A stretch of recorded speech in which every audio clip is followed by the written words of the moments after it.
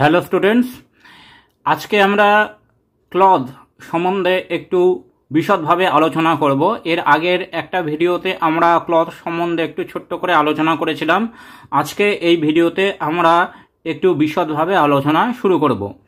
দেখো, আমরা এর আগে জেনেছিলাম ক্লথ হচ্ছে গ্রুপ অফ ওয়ার্ডস বা শব্দ সমষ্টি, গ্রুপ অফ ওয়ার্ডস বা শব্দ সমষ্টি, যার মধ্যে একটি ফাইনাইট ভার্ব থাকবে।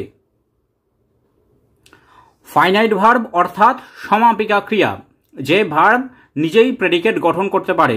তো যে গ্রুপ অফ ওয়ার্ডস বা শব্দ সমষ্টির মধ্যে একটি ফাইনাইট ভার্ব আছে তাকেই আমরা ক্লথ বলি। এবার ফ্রেজ এবং ক্লথ দুটোই হচ্ছে গ্রুপ অফ ওয়ার্ডস, কিন্তু দুটোর মধ্যে পার্থক্য কি? ফ্রেজ হলো group of words without finite verb, group of words without finite verb, অর্থাৎ ফ্রেজের মধ্যে ফাইনাইট ভার্ব থাকবে না।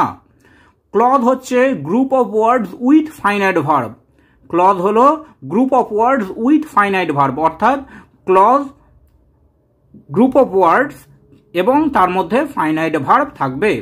যেমন একটা ছোট্ট উদাহরণ এখানে দেখে নাও, the boy who was in the garden is my brother, যে ছেলেটি বাগানে ছিল সে আমার ভাই। তাহলে এখানে ইন দ্য গার্ডেন এই যে তিনটে ওয়ার্ড, এই যে শব্দ সমষ্টি, এই গ্রুপ অফ ওয়ার্ডস, এটা হচ্ছে ফ্রেজ।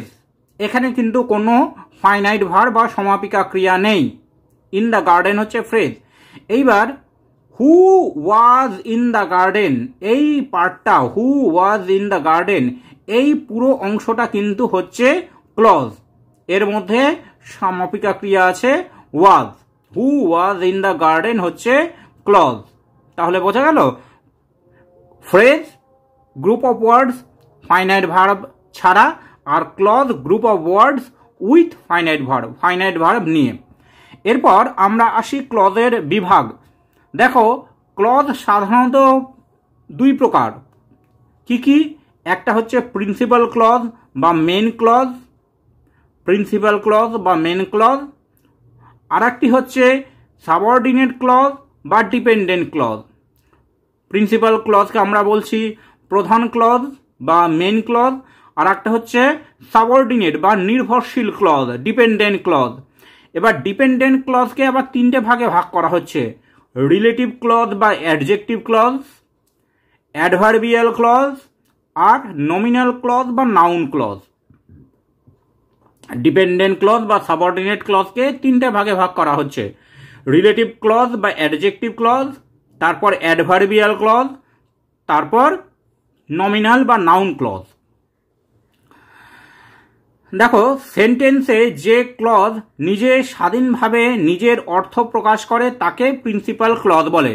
অর্থাৎ বাক্যে বা সেন্টেন্সে যে ক্লজ নিজে স্বাধীনভাবে, অর্থাৎ নিজেই নিজের মতো করে অর্থ প্রকাশ করতে পারে, নিজের অর্থ নিজেই সম্পূর্ণভাবে প্রকাশ করতে পারে, তাকে প্রিন্সিপাল ক্লজ বলে।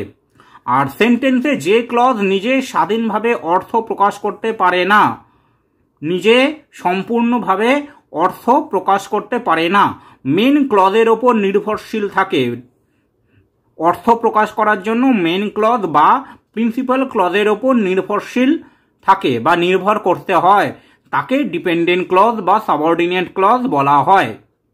যেমন দেখো, আই নো দ্য বয়, আমি ছেলেটাকে জানি। হু ওয়াজ ইন দ্য গার্ডেন, যে বাগানে ছিল। তাহলে আই নো দ্য বয়, আমি যদি এইটুকু বলে থেমে যাই, তাহলে এইটুকু অংশ কিন্তু নিজের অর্থ ক্লিয়ার করতে পারছে, আমি ছেলেটাকে চিনি, এটুকু বলে আমি থেমে গেলাম। অর্থাৎ এইটুকু অংশ, আই নো দ্য বয়, এইটুকু অংশ নিজের অর্থ সম্পূর্ণভাবে প্রকাশ করতে পারছে, স্বাধীনভাবে প্রকাশ করতে পারছে।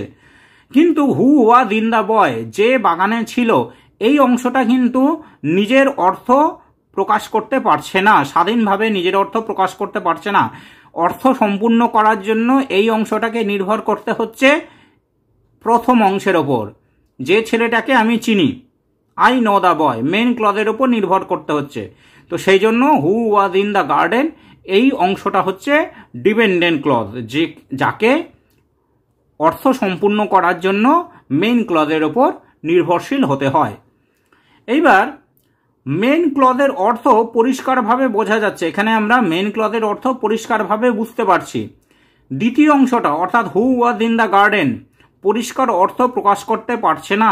প্রথম অংশ অর্থাৎ মেন ক্লজের সাথে অর্থ সম্পূর্ণভাবে প্রকাশ করছে, অর্থাৎ মেন ক্লজের উপর নির্ভরশীল হয়ে সে তার অর্থ প্রকাশ করতে পারছে, তাই এটাকে আমরা ডিপেন্ডেন্ট ক্লজ বা সাবঅর্ডিনেট ক্লজ বলছি।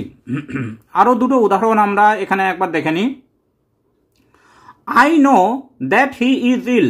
আই নো আমি জানি, আমি জানি এইটুকু আমি বলে থেমে গেলাম।